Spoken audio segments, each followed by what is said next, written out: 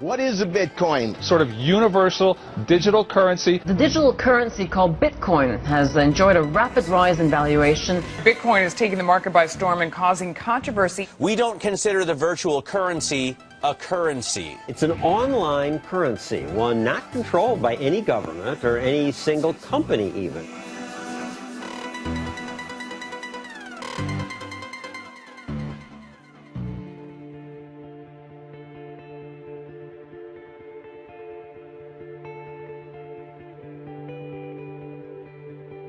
In order to understand Bitcoin's potential to revolutionize the global financial system, we must first understand what it is and why it matters.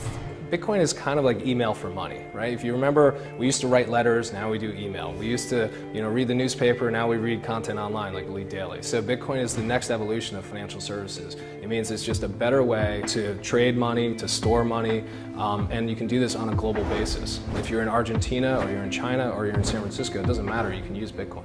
It's essentially digital gold. It's restricted in supply, unlike, say, a central bank who can just print away every day more money. There's a restriction. The algorithm of Bitcoin prevents that from happening. In the 5 years since it was first introduced to the public, Bitcoin's popularity and value have skyrocketed. In 2010, a Bitcoin was valued at less than $1. Last December, the price for a single Bitcoin soared to more than $1,100. But what do you actually use them for, Trace Mayer? Well, I use them to pay independent contractors that are all over the world, whether they're in India or the Philippines. I've used them to purchase digital products such as ebooks or MP3 files. With Bitcoin, everything is mathematically provable. The number of Bitcoins that exist, whether they've been transferred or not. When you log into your online banking and you see that you have digits in there, like, why do you trust that? Bitcoin's users use virtual wallets to store Bitcoins. These wallets can be managed using special applications and software that can be downloaded to phones, tablets, or personal computers. If business owners would realize how simple it is to accept Bitcoin and how many advantages there are without any disadvantages when they're using a merchant processor, more and more businesses are going to start doing it once they realize how easy it is and that there's no downside, essentially. Credit cards normally charge a 3 to 5% processing fee. With these Bitcoin merchant processors, like the one we're using now, BitPay, they charge 1%. There's some newer ones that charge a 0% processing fee. Another thing is with credit cards, it usually takes anywhere from 3 to 5 business days to really get the money into your bank account, which can be tough for cash flow sometimes. With this, they send the money into our account the next morning. And the third thing, which is actually really important, especially for small businesses, especially in the food and beverage industry, is chargebacks. With Bitcoin, there's no chargebacks because essentially it's like digital cash. Once it's sent, it's sent. But while the Bitcoin market is growing more popular in the mainstream, and as more Bitcoin businesses are founded each day, the virtual currency now faces some serious hurdles that could jeopardize to its long-term viability. A lot of Bitcoin people say there's no financial crime that happens whatsoever, and that's not true. There is actually a lot that happens. But on the other hand, it's nowhere near what we think it is. So the US government has done some studies and found out that not a lot of people use it for terrorist financing. But the concern is when those types of people learn about it, they will start to use it for terrorist financing. As a technologist, I'm not trying to build technology that satisfies one political leaning or another. I'm focusing on how can we provide choice so that those people who want to evade taxes or be fully anonymous, sometimes I want to be fully anonymous, and at the same time allow consumers who want to buy things from Amazon with Bitcoins, that Amazon has a clear path for how they can do that from a regulatory compliance standpoint so that those people that want to buy things from Amazon can.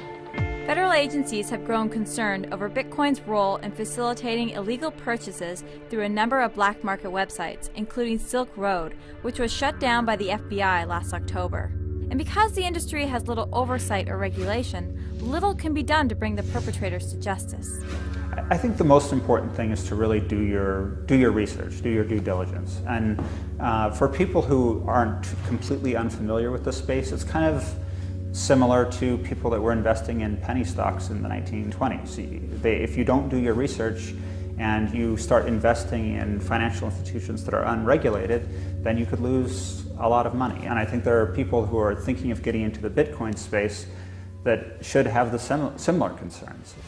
Mt. Gox was a Bitcoin exchange based in Tokyo that was handling up to 70% of all Bitcoin transactions as of 2013.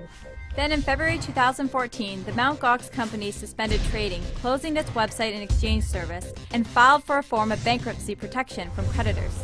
It announced that around 850,000 Bitcoins belonging to customers and the company were missing and likely stolen, an amount valued at more than $450 million at the time. I think it's sad that money was lost, that wherever it went, we don't know. But I think it can be a good thing in that it's an investment in the need to address this issue. You know, people compare Bitcoin to where we are today to 1994 and the internet.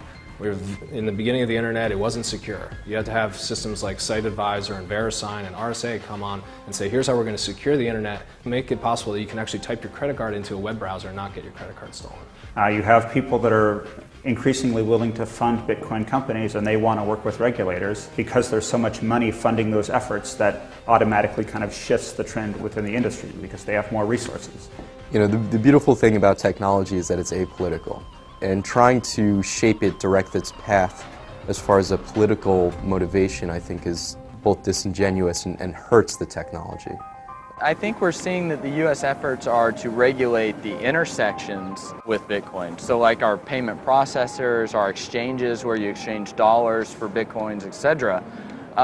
But they seem to be of the opinion, you know, we're going to not regulate the protocol itself. And that makes a lot of sense because it's the technology and the innovation that has really driven the U.S. economy for the last 20 years. It's the Facebooks, the Googles, the Amazons, it's our tech industry, and I think they see this as being a similar area. There's a lack of healthy dialogue between the various parties.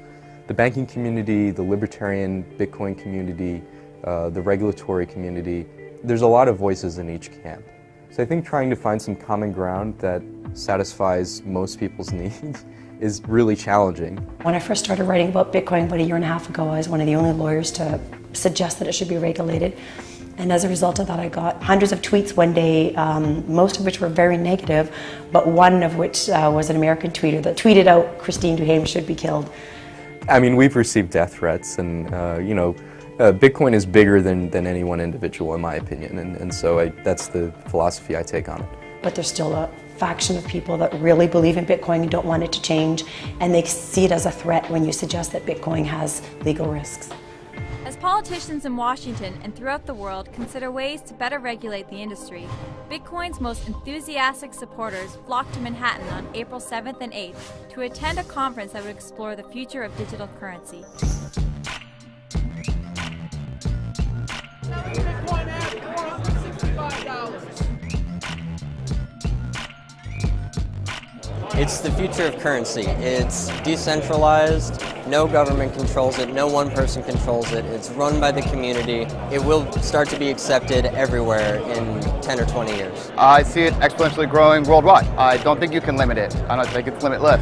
The industry's sort of at an explosion point right now. You know, you can tell from the conference here and the amount of people that there's a wide variety of interests, not just from consumers, but from merchants, from investors, venture capitalists. There's a lot of money coming to the Bitcoin world. The value of anything, whether it's dollars or gold and silver or Bitcoin, comes from the value that people ascribe to it in their minds. So if people believe something is valuable, that's where the value comes from. It's not an intrinsic property of a dollar bill or a piece of gold. It's because people believe it's valuable.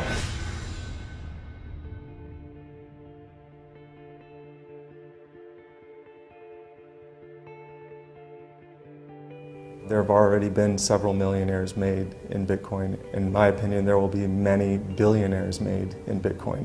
I think it's going to be regulated in Canada and in the US a lot more than it is now. And I think it's going to be adopted by the major banks and will become a mainstream way in which we do financial transactions.